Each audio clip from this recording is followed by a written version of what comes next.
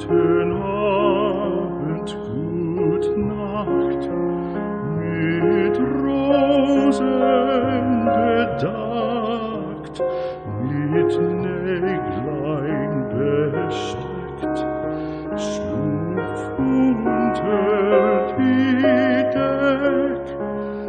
Morgen früh, wenn Gott will, wirst du wieder geweckt.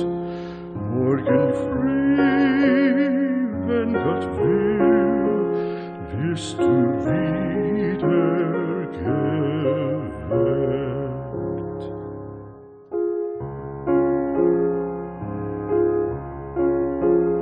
Guten Abend, gute Nacht, von Englein bewacht, die zeigen im Traum dir Christkindleins Baum.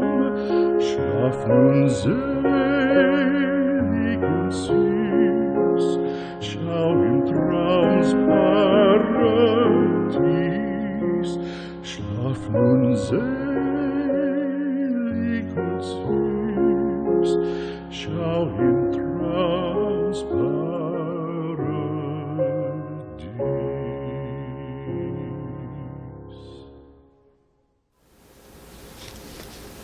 수사라고 하는 것은 범죄의 혐의 유무를 명백히 해서 공소의 제기 그리고 그 유지 여부를 결정하기 위해서 범인을 발견하고 확보하고 증거를 수집하고 보전하는 수사기관의 활동입니다. 또한 수사란 바로 이러한 수사기관의 활동을 법적으로 규제하는 절차, 그것을 가리키기도 하죠. 중요한 것은 수사는 수사의 필요성이 있을 때 하는 겁니다. 너무나 당연한 이 수사의 필요성이라고 하는 것은 우리의 상식에 맞기도 하지만 법 절차에서 요구하는 요건인 겁니다. 따라서 혐의가 없다 하는 것이 명백한 사건에 대해서는 수사는 할 필요가 없는 것이 아니라 하면 안 되는 겁니다. 이런 때의 수사는 허용되지 않는 것이지요. 예를 들어서 이런 사건이 있다고 해봅시다. 실제 사건이기도 합니다. 울산광역시에서 조례를 정했습니다. 그 조례에서 지역경제를 활성화하기 위해서 울산광역시에는 울산 지역에서 생산된 레미콘을 우선 구매해야 한다. 이렇게 정한 것이죠. 그리고 이것을 과거 김기현 시장과 그의 비서실장이 이 조례를 지켜라 하고 권유를 했다는 것이죠. 이렇게 되니까 울산 밖에 있는 레미콘 회사에서는 자기들이 판매할 기회가 줄어들게 되죠. 그래서 여기에 불만을 가진 A씨가 있었다. 이제 이야기는 이렇게 시작이 됩니다. 여기에 불만을 가진 A씨가 2017년 9월 초순에 조국 민정수석 비서관실에 진정서를 냈습니다. 이 진정서는 공정거래위원회로 이첩이 되었습니다. 그리고 2017년 9월 28일 이것은 이유 없다. 조례에 따른 행위다. 그래서 사건이 종결이 됩니다. 그러면 이 사건은 어떻습니까? 수사의 필요성이 없다. 이렇게 평가를 하겠죠.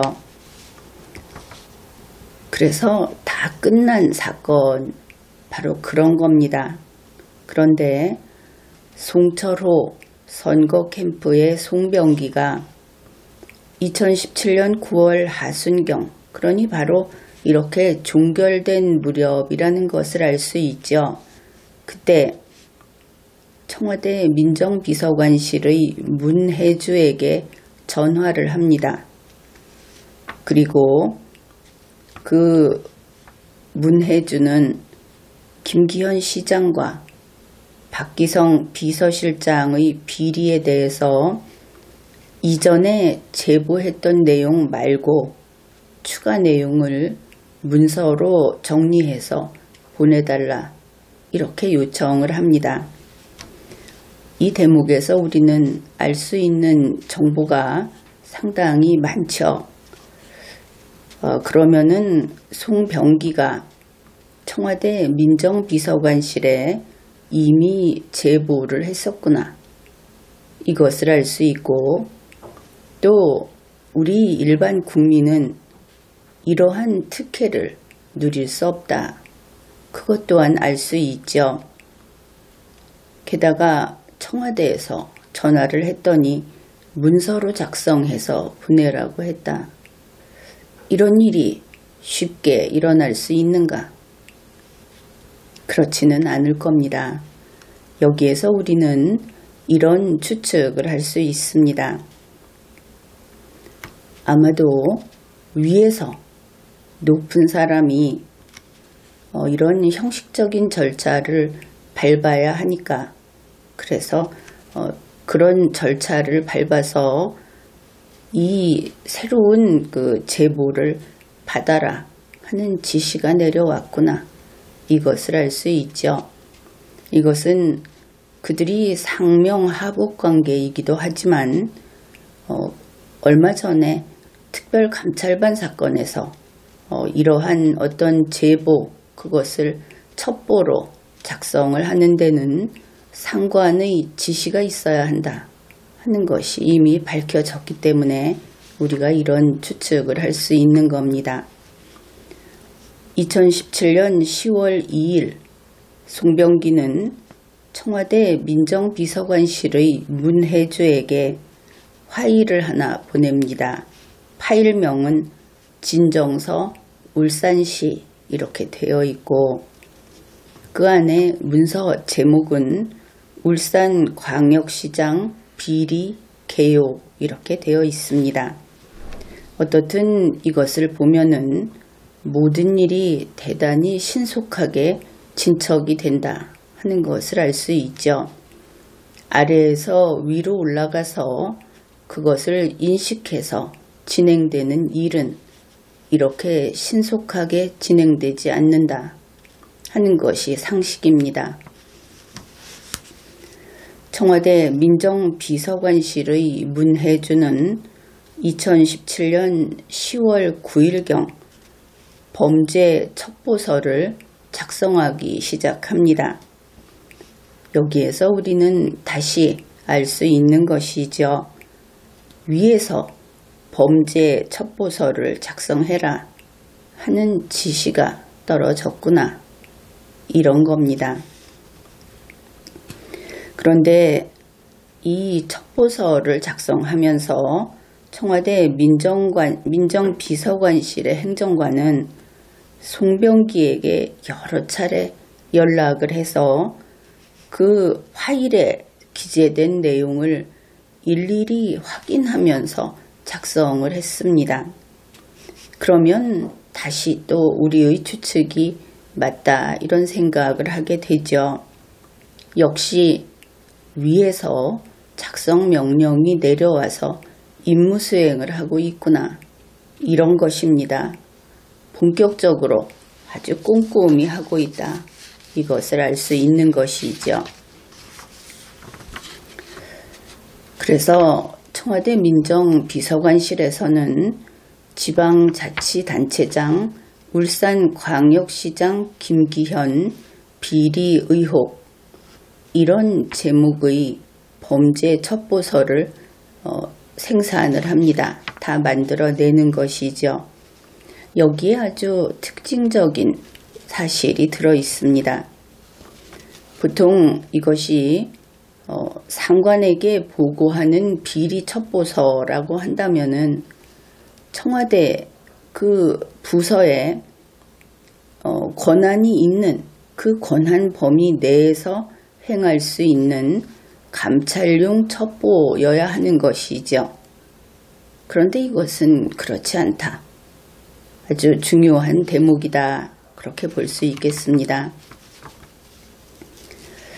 여기에는 수사를 착수할 때 우선 접촉해서 필요한 진술을 이끌어낼 수 있는 대상자의 성명, 직함 이런 것이 상세히 기술되어 있고 수사 방법 또 관련 진정 고발 사건의 진행 상황을 다 확인해서 상세히 여기에 기재를 했다 하는 겁니다. 그러면 이것은 수사하는 사람에게 줄 것이다. 그것을 알 수 있죠. 하명수사용 비리 첩보서다. 왜냐하면 안에 들어있는 것이 수사를 위한 내용이니까 이런 것을 확인할 수 있습니다. 이번에 이 공소장을 보면은 누구나 한글을 읽을 줄 알면은 다 읽을 수 있을 겁니다. 그런데 그 사이사이에 연결되어 있는 거미줄 같은 그런 통로 이것을 읽어내게 되면은 그 내용을 제대로 파악할 수 있을 것이다. 그렇게 봅니다. 청와대 민정수석실의 행정관이 작성한 이 문건은 처음에 송병기가 보내준 진정서하고는 확연히 구분이 되는 새로운 범죄 첩보서다 하는 것도 중요한 부분이죠. 아예 소스를 받았는데 원래는 어떤 특정 목적을 위한 소스를 받았는데 그것을 바꿔버렸다. 이런 것을 알 수 있는 겁니다. 내용은 이렇습니다. 먼저 보내온 제목을 낚시용 제목으로 바꿨다. 수사할 거리가 있는 것처럼 보이는 그런 제목으로 바꿨고 또 그 울산시장이 한 행위가 자치법규에 따른 것이다. 그러니 합법이다 하는 것을 그 내용을 삭제해버렸습니다. 또한 이 진정서에 들어있던 이러이러한 소문이 있다 하는 내용을 구체적인 사실이다 하고 기재를 한 겁니다. 따라서 좋게 이야기하면 사건성을 풍부하게 집어넣어서 아주 수사하고 싶은 의욕이 나는 그런 문서를 작성한 것이다. 이렇게 이야기할 수 있고 냉정하게 이야기를 하면은 창작했다. 이렇게 보아야 하겠죠. 이렇게 청와대 민정비서관실의 행정관이 작성한 김기현 비리 의혹이라고 하는 범죄 첩보서를 들고 다닌 사람은 다름 아닌 청와대 민정비서관 백원우였다. 이런 겁니다. 백원우가 직접 이 첩보서를 들고 청와대 반부패 비서관 박형철에게 건네줬다 하는 것이죠. 그러면서 그는 이런 지시를 한 겁니다. 반부패 비서관실에서 범죄 첩보서를 경찰에 하달해서 김기현 울산시장에 대한 집중적인 수사가 진행되도록 해달라. 말은 해달라는데 지시가 맞죠. 그런데 정확하게 그때 한 워딩은 이렇다고 합니다. 이 첩보서 내용은 울산 지역에 파다한 이야기이다. 경찰에서 이미 수사가 진행 중인데 경찰이 민기적거리는 것 같다.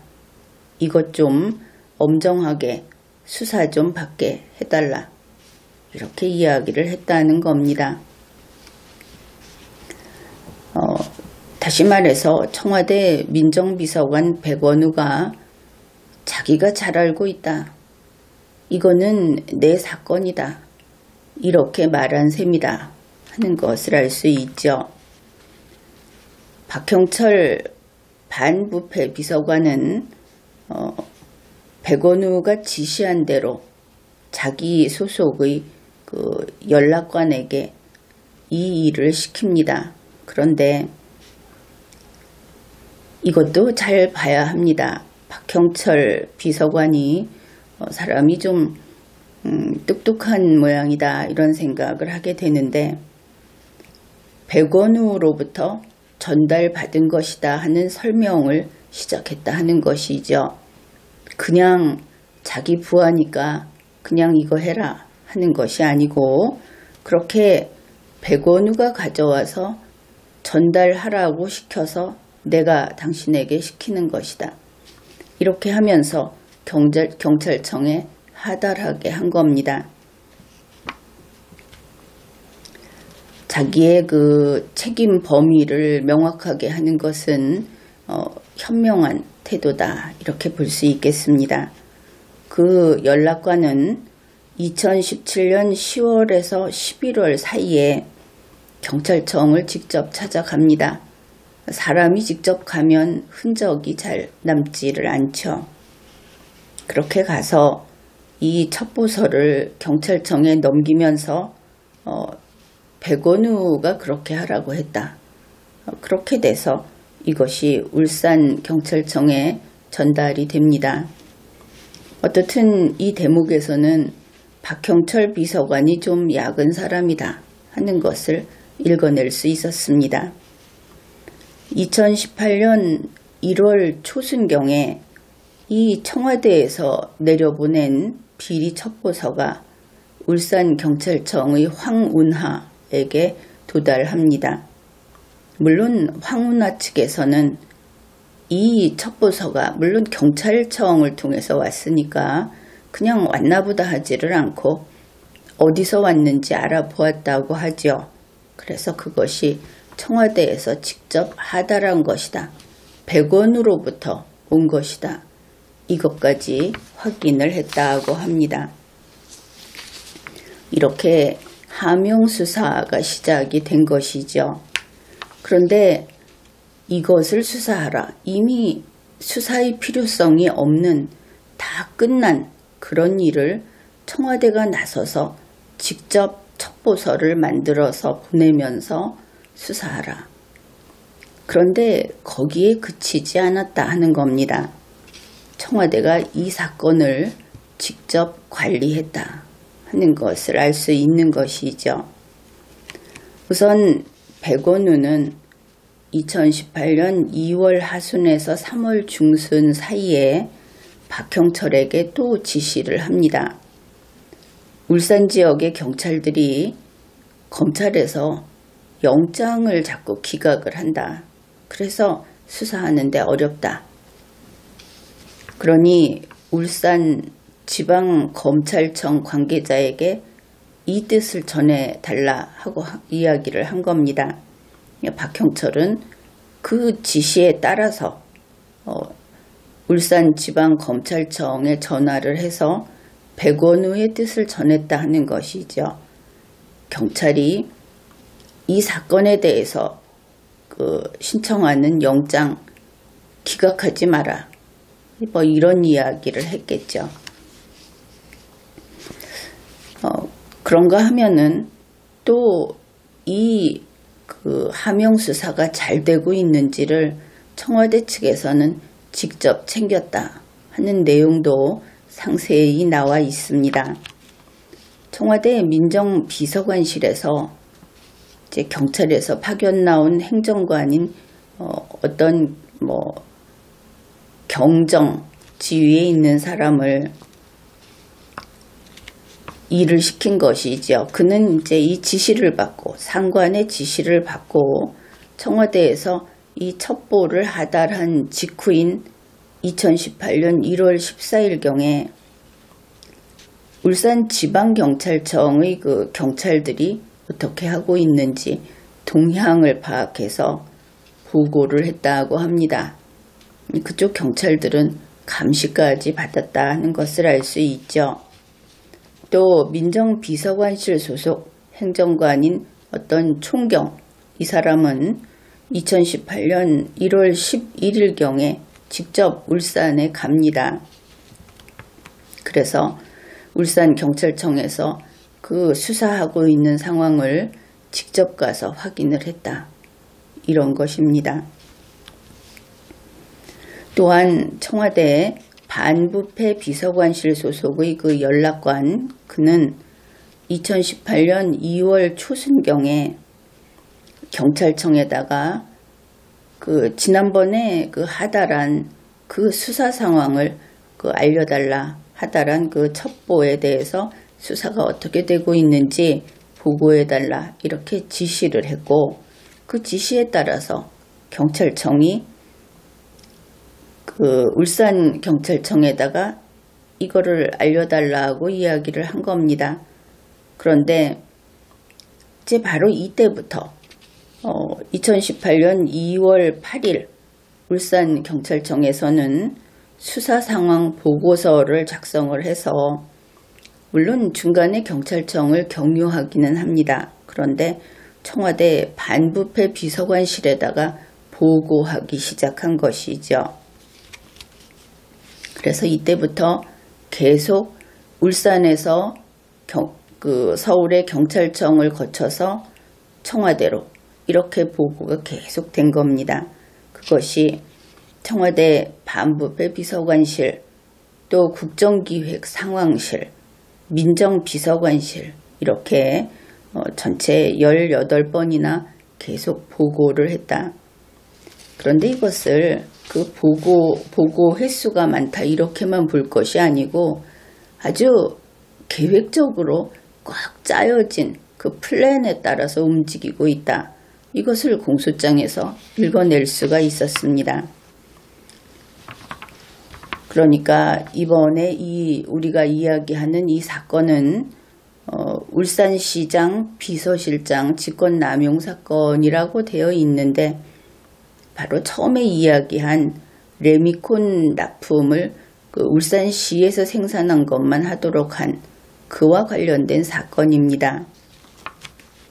그래서 이것을 어떻게 했느냐 하면은 청와대에서 수사하라, 그 다음에 그 지시에 따라서 표적 수사를 하는 것이죠.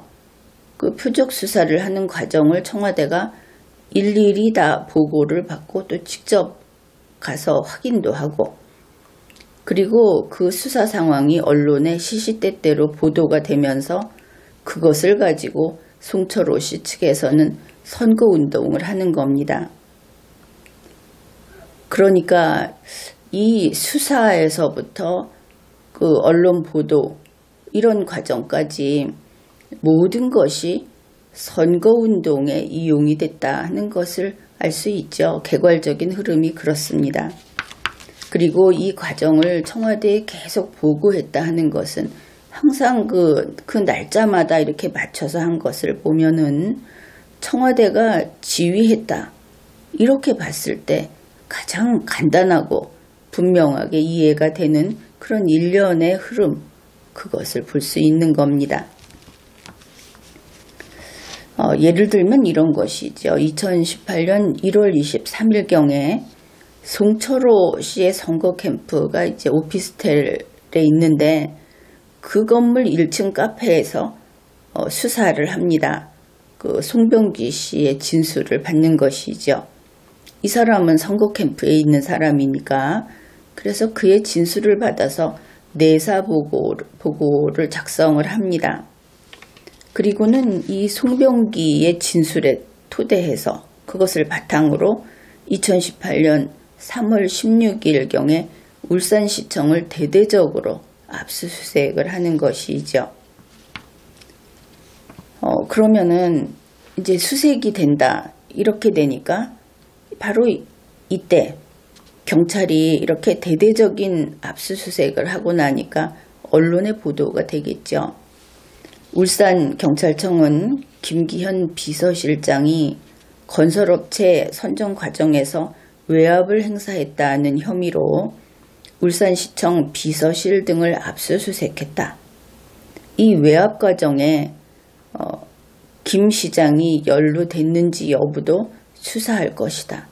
이런 식의 언론 보도가 됐다는 겁니다. 그러면은 3월 16일 압수수색을 하고 그것이 보도가 되고 이렇게 보도가 되자마자 그 같은 날 송철호 씨 측에서 2018년 3월 16일이죠. 논평을 냅니다. 이 김기현 시장의 혐의가 사실이라면 이는 전형적인 적폐형 비리다. 엄정한 수사를 촉구한다. 이렇게 이제 선거에서 경쟁자 측에서 논평을 내는 것이죠. 그리고 바로 3월 19일에 기자회견을 합니다. 그리고는 김기현 그리고 그의 측근에 대해서 이 경찰청에서 수사를 어떻게 하고 있는지 수사 상황을 거기서 유권자들에게 알려버리는 것이죠. 알고 있으니까 알린 것이 아니겠습니까? 자, 이런 과정을 거치면서 이것이 상대방 선거의 그 경쟁 상대를 망가뜨리는 그런 아주 강력한 수단으로 쓰고 있다 하는 것을 알 수 있는 것이죠. 게다가 이 하명수사 또 표적수사라고 하는 것이 어차피 그 수사 대상을 망가뜨리면 되는 것이다. 그래서 이것이 위법한 거 아니겠습니까? 이번에 김기현 시장에 대해서 표적수사를 하면서 얼마나 엉터리로 했는가 하는 것이 공소장에 잘 나타나 있습니다. 조금 전에 송병기에 대해서 조사를 해서 조서 작성을 했다고 하지 않았습니까? 그러니까 송병기가 이렇게 말했다 하는 조서가 있겠죠. 그런데 그래 놓고서 3월 20일에 다시 이 송병기를 김형수라는 가명으로 조사했다고 하면서 가명조서를 작성을 합니다. 같은 내용을 완전히 가짜를 쓰는 것이죠. 그래 놓고는 김형수라는 이 가짜 조서 뒤에다가 이 사람은 전 어느 레미콘 대표의 운전기사인 것처럼 허위로 작성을 해가지고 이번에는 3월 25일자 수사 보고 이것을 거기다가 편철을 해 놓은 겁니다. 그러니까 송병기가 두 사람이 돼버린 것이죠. 하나는 송철호의 그 선거 캠프에 있는 송병기, 청와대에 전화해서 영향력을 행사하는 그 송병기가 조서를 진술을 하고 그 조서가 하나 있고 또 하나는 내내 송병기 말을 바탕으로 해서 김형수라는 가명 조서가 하나 붙는데 이 사람은 레미콘 대표의 운전기사인 것처럼 신분을 바꿔가지고 두 사람의 조서를 집어넣은 겁니다. 이것은 허위 문서를 작성한 것이죠. 이렇게 수사 보고를 조작하기까지 했습니다. 또 언론이 이 수사 관련 보도를 하는데 여기에 또 수사기관이 언론을 이용한 것이 아닌가 이렇게 보이는 면이 있습니다. 2018년 5월 4일 그러면은 이제 6.13 지방선거가 얼마 안 남은 그런 때인데 언론에서 레미콘 업체 밀어주기 의혹, 울산시장 비서실장 등 3명 구속영장 신청 이런 보도가 나왔고 5월 14일에는 경찰 의견서에 기재된 피의 사실 그리고 경찰에서 조사한 근거 자료 이런 것들이 상세히 보도가 된 겁니다. 선거 후보자로서는 치명적인 그런 언론 보도가 되겠죠. 또 울산지방경찰청의 지휘부 그리고 수사팀만 알고 있는 그런 내용들 이것까지 보도가 된 겁니다. 이렇게 되면 5월 14일경에 이런 게 나오면은 그 선거에 나온 후보자는 치명타를 입는 것은 당연하겠죠. 그리고 이제 청와대에 보고한 내용들이 우리에게는 의미가 있습니다. 이렇게 표적 수사를 하는데 결국은 청와대가 시켜서 했다. 그것을 알 수 있죠.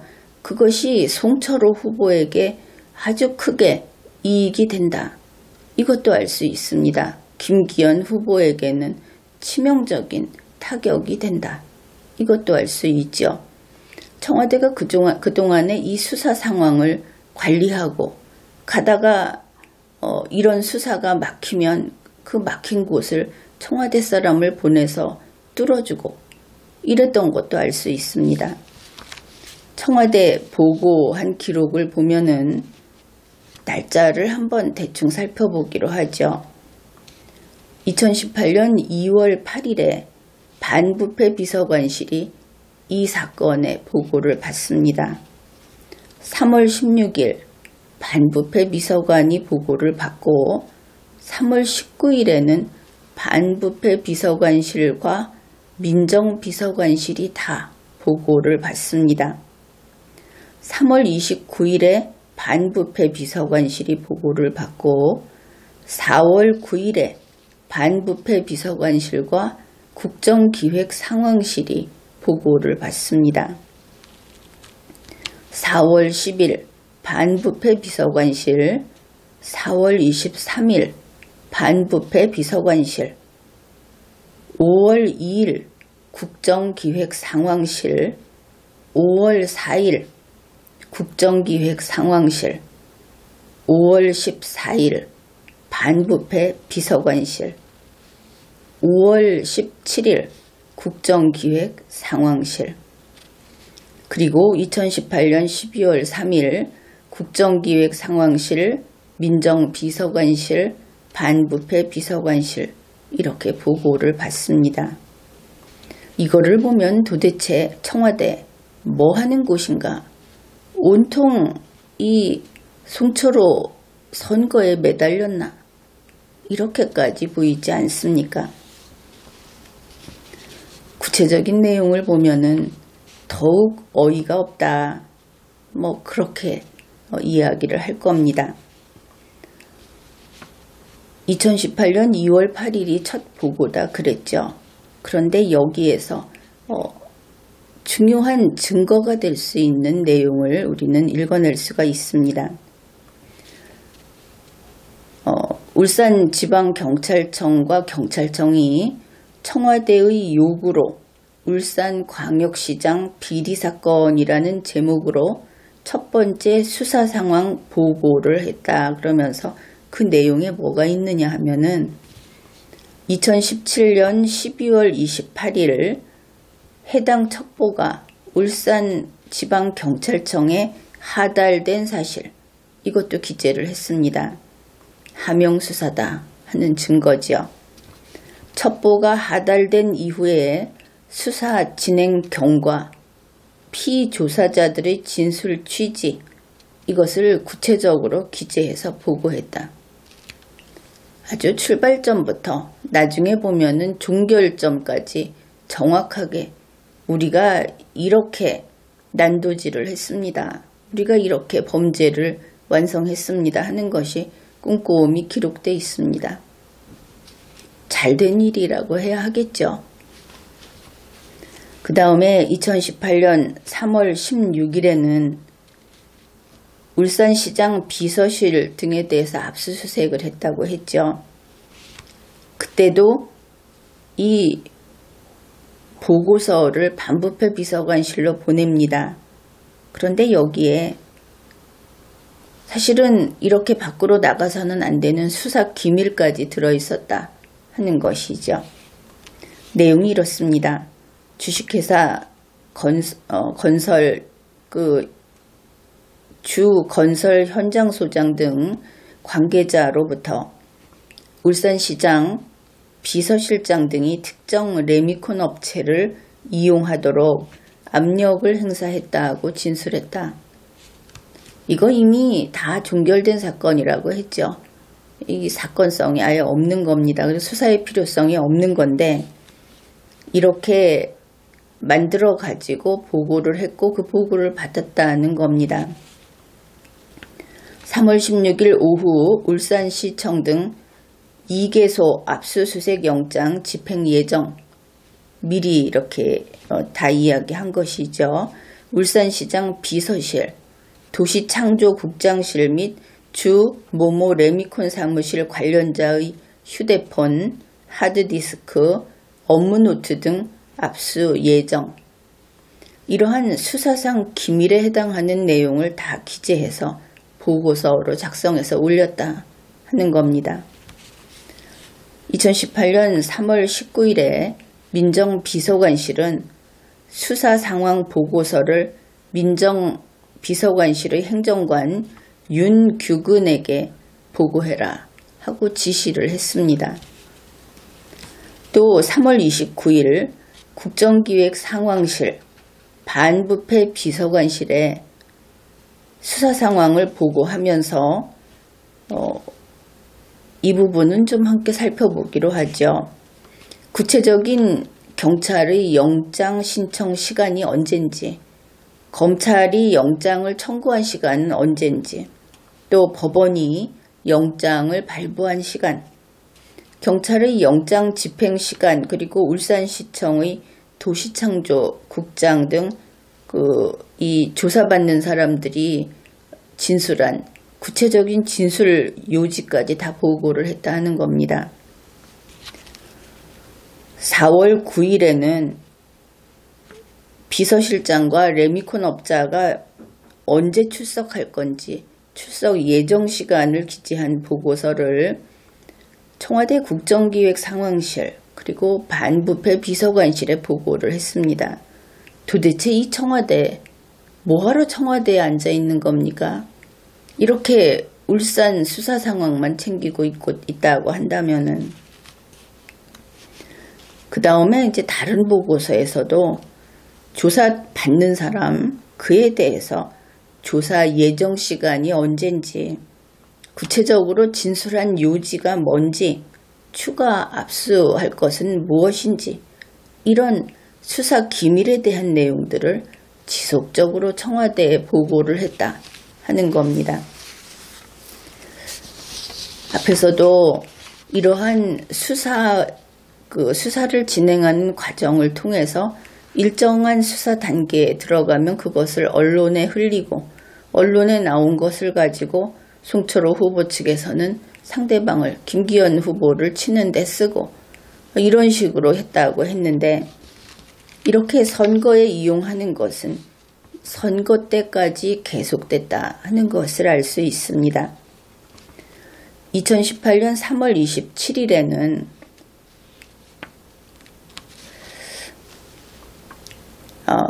선거운동 문자메시지를 보냅니다. 송철호 씨 측에서 내용이 이렇습니다. 23년의 독점 권력이 오늘의 김기현 시장 측근과 친인척 비리로 이어졌다.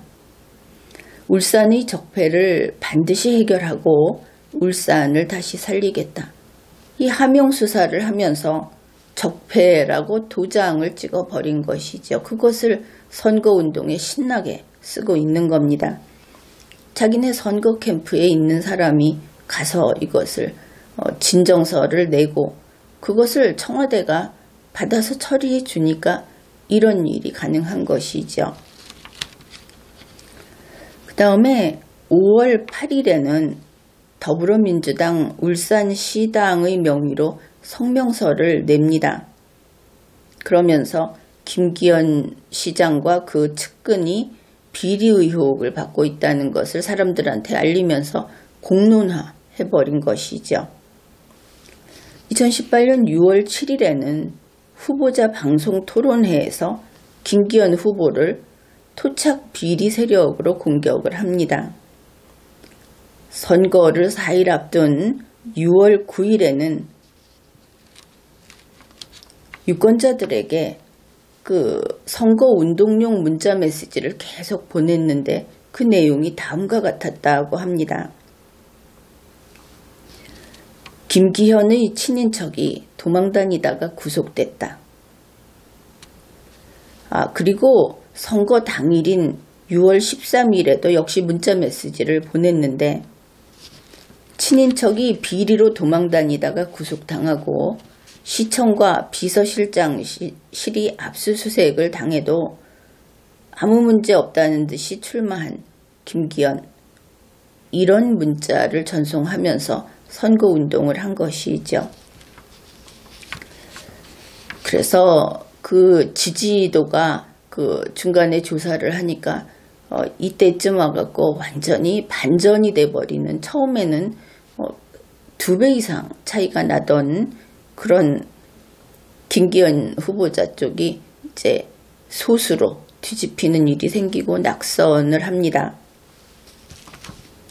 근데 우리가 이번에 어떻게 보았습니까? 맨 처음에 청와대 하명 수사를 시작으로 해서 그것을 청와대가 계속 관리하고 있었다는 것을 확인했죠. 이 관리하는 과정에서 송철호 후보 측에서 이것을 계속 잘 쓸 수 있었다. 선거 때까지.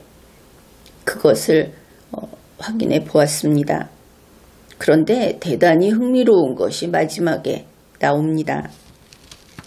이제 6.13 선거가 끝났습니다.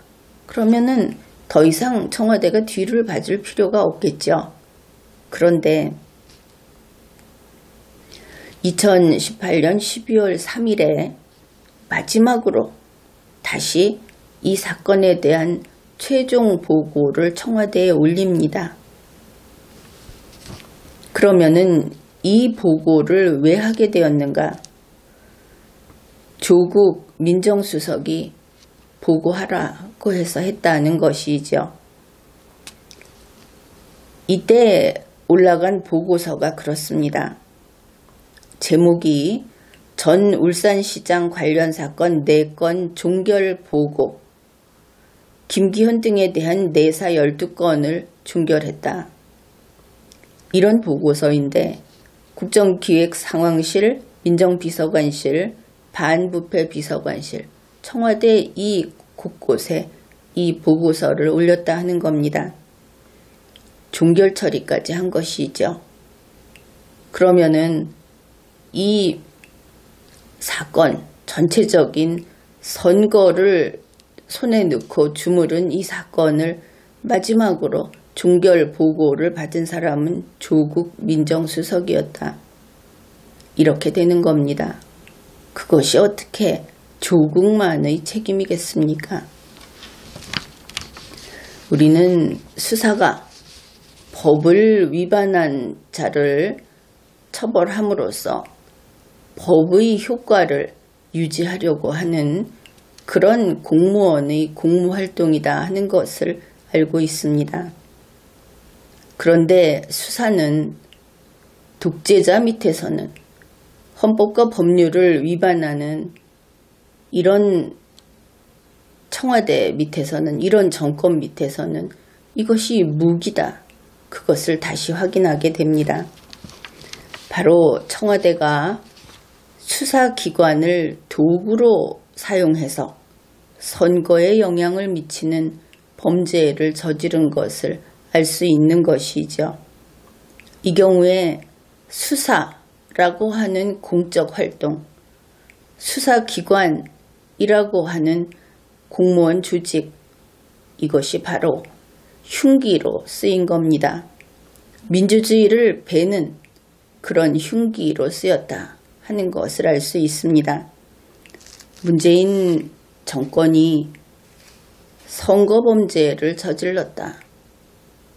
이것이죠. 이제 이 문제에 대해서 우리는 아주 길게 그리고 전력을 다해서 논의를 해야 하겠습니다. 선거를 앞에 두고 정권이, 정부가, 소위 대통령이 선거범죄를 저지르고 저러고 앉아있다. 그런 것이죠. 지금까지 리걸마인드 연구소였습니다.